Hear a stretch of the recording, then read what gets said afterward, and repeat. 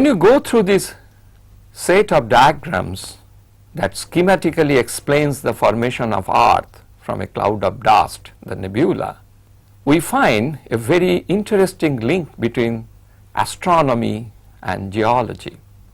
The present space probes, which are mostly looking into astronomical objects, are gradually leading us to the better understanding of formation of Earth and our solar system. If we look at it, the formation of Earth is kind of a system of integration. We are starting with very small dust particles, accreting them into small bodies.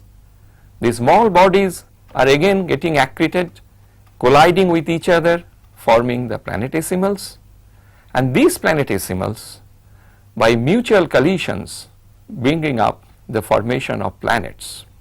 It may be noticed when the size of the particles that are colliding are small, there are numerous collisions but of very small energy.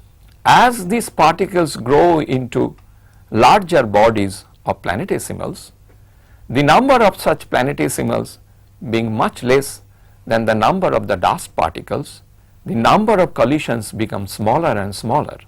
But as the masses of the colliding particles are very large, the collisions takes the shape of almost like catastrophes. They are breaking each other, they are melting, and they are forming a new planet.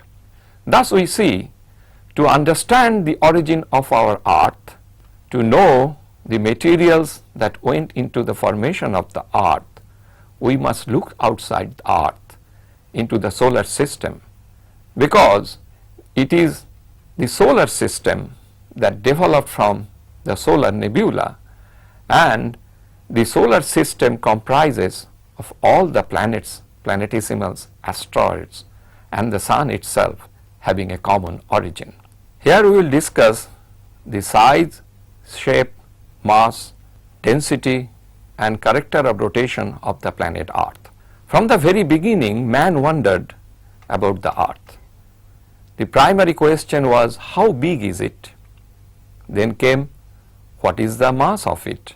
And if we know the mass and the size, then what is the density? And finally, the intriguing behavior of the Earth, that man observed sunrise, man observed sunset, man observed into the night sky and saw different sets of the star at different points of time in a year.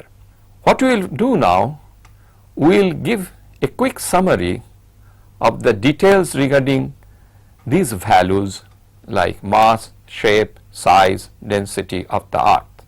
Before proceeding into the details, it will be interesting to know how the shape of the Earth was first determined. It was determined from the change of angle of incidence of the ray of sun from one point on the Earth's surface to another point. The basic postulate was, and still is, sun is at a great distance, so the rays of light from sun travels to Earth as parallel rays. Thereby, on a curved surface, the angle of incidence of these rays will change from one point to another. By measuring these distances, the curvature of the Earth was determined, and finally the shape of the Earth. Knowing the shape of the Earth, the volume was easily calculated, and by knowing the moment of inertia of the Earth, the mass of the Earth was calculated.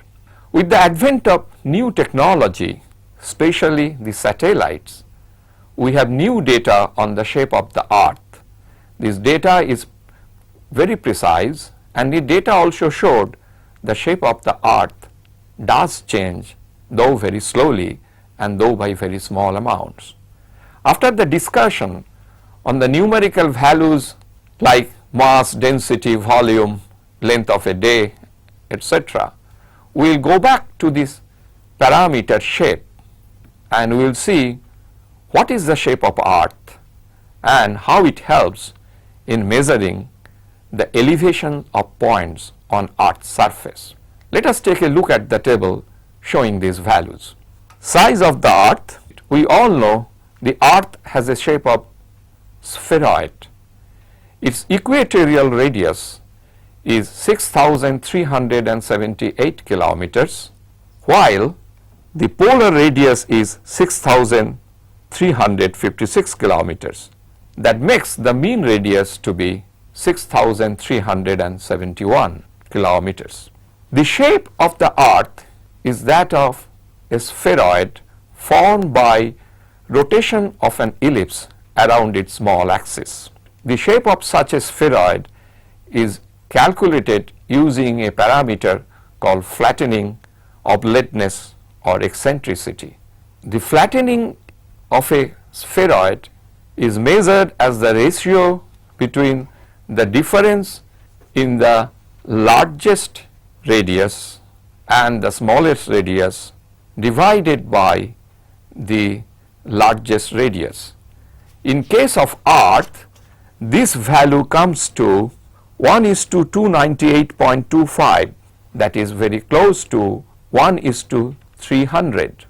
It is to be mentioned that the radii that we are discussing here is measured with the help of a system called WGS-84.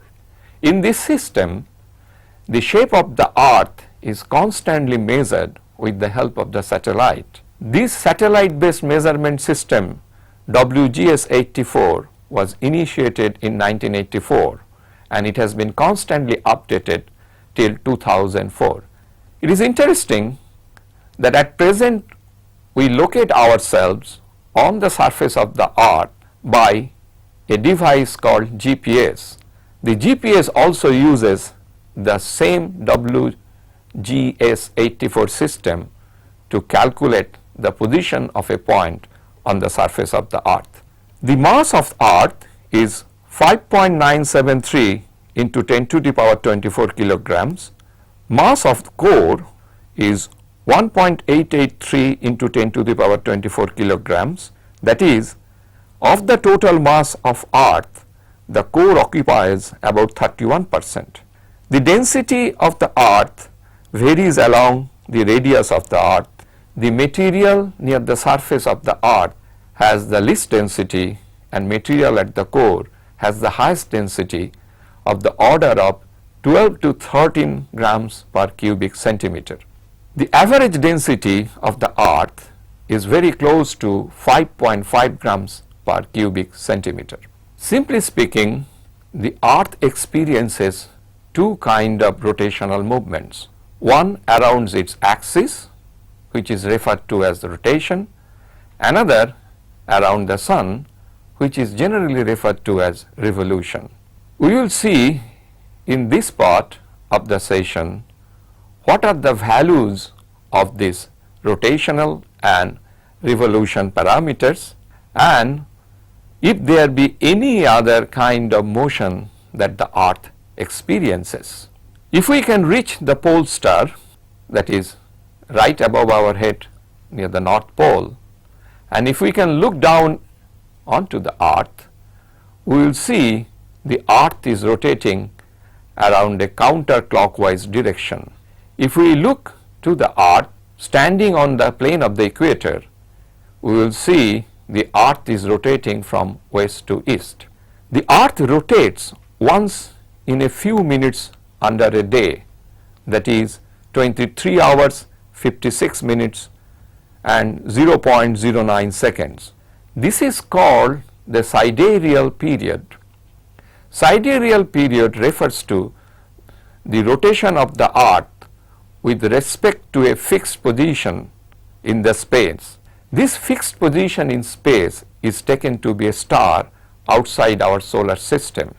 The length of the sidereal day is slightly less than that measured with respect to the Sun. This is because as the Earth rotates around its own axis, it also has a motion around the Sun. To match this motion, we have to have a difference of this small few minutes, the difference between a sidereal day and the day we measured with respect to Sun. The Earth rotates around the Sun in a sidereal year. A sidereal year is the time taken by the Earth to come back to the same position with respect to a fixed star. For Earth, a sidereal year is about 365.25636 days. The length of this day is measured on the 1st of January of the year 2000.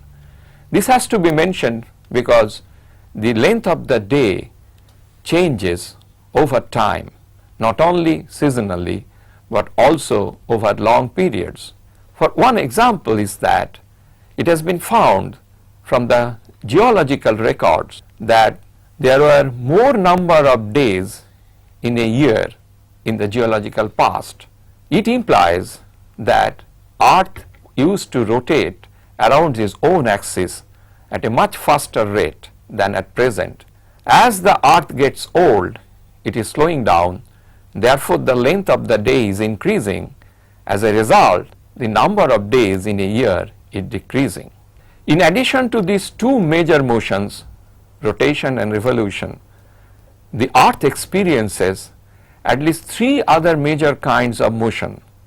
This has been first discovered by an Yugoslav scientist, Milankovitch, during the 1920s. The following diagrams will explain these motions schematically. As we see in the diagram, the shape of the Earth's orbit around the Sun changes cyclically, being more circular at certain points of time and more elliptical in another point. The one which is more elliptical has a larger eccentricity. As we see in the left diagram, the orbit of the Earth around Sun has a low eccentricity which is nearly circular, whereas the diagram in the right shows the Earth to have a orbit which has a higher eccentricity. The change from a very low eccentricity nearly circular to a very high eccentricity elliptical orbit, it takes about 100,000 years. The next kind of movement is shown in the next diagram. Another astronomical cycle involves the angle of tilt of the Earth's rotation axis. This angle cycles between 21.5 degrees to 23.5 degrees over a time period of nearly 40,000 years. That means the axis of rotation of the Earth changes its position with respect to the plane over which the Earth revolves around Sun. There is also a third kind of movement experienced by the Earth, and that is called precession. It is more like the precession of a spinning top. In a top, the top spins around its axis, that is the pin, but it also rotates around a vertical axis where the axis of the top is making a conical surface by rotating around the vertical axis. This is shown in the next diagram. Milankovitch, the scientist from Yugoslavia, calculated all these motions of Earth in the 1920s and 1930s. It made a tremendous contribution to our understanding of the climatic change that the Earth undergoes. It has been found from the historical record and also the geological records, there is a periodicity in the change of climates. Milankovitch's work showed that some portions of this cyclicity could be explained by the three different kinds of motions having periodicities of about. Milankovitch's work regarding the three different cycles of Earth's rotation having periodicities of 100,000 years, 40,000 years, and in case of precession 20,000 years, nicely matches with the change of climate that the Earth has experienced over a period of time. These change of climates are recorded in the geological history. Thus, the astronomical observations and calculations made by a physicist now help us to understand why the climate, at least certain part of the climate, changes so nicely periodically.